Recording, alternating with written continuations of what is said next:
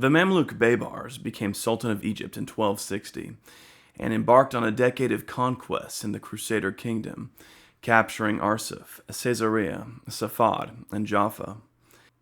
Far away in the Kingdom of France, an aging Louis IX heard reports of the losses in the east and was much troubled. At an assembly of barons, Louis declared his intentions to lead a new crusade. This time, his council universally opposed the idea. Most of Louis's knights believed his crusading dreams were the ideals of a youth that the king should have long ago set aside. As usual, the king was undeterred, and with the Pope's aid, set about organizing a new crusade.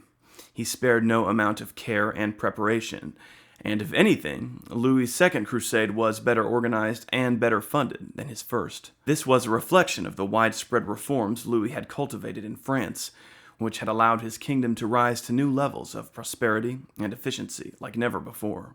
Louis's brother, Charles of Anjou, who had recently become King of Sicily, was closely involved with the planning, but the two were quite secretive about where they intended to direct the crusade. Most assumed Louis would once again attempt a conquest of Egypt, but just before embarking via a Genoese fleet, Louis assembled his barons and announced that they were headed for Tunis. Everyone was stunned.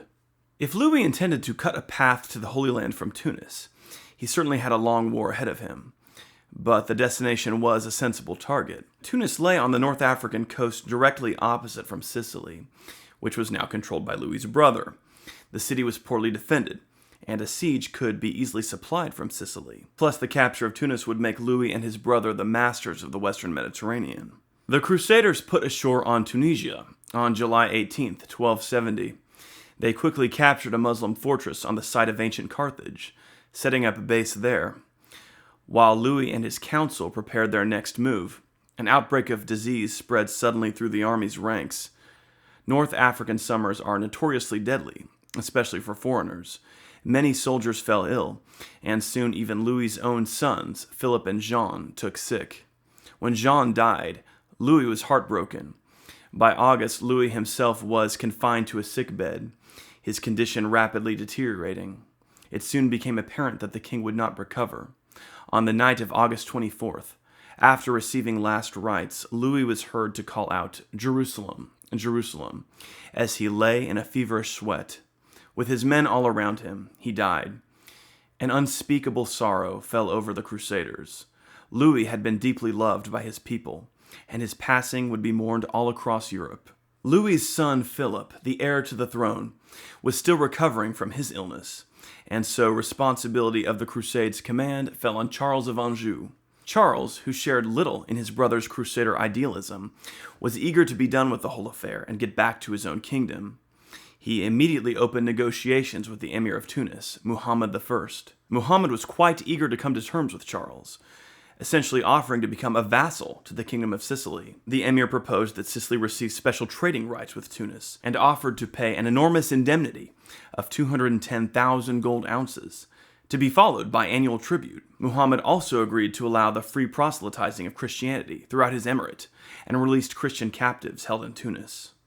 Charles found these terms quite acceptable, and by November, the crusade withdrew. Louis's final crusade is in many ways the crusade that never really was. Before any major operations could be undertaken, illness spread through the army, and the king himself died. Charles of Anjou gained more than anyone, with the submission of the Emir Muhammad proving enormously lucrative to the Sicilian crown. The loss of King Louis brought mourning to all of Christendom.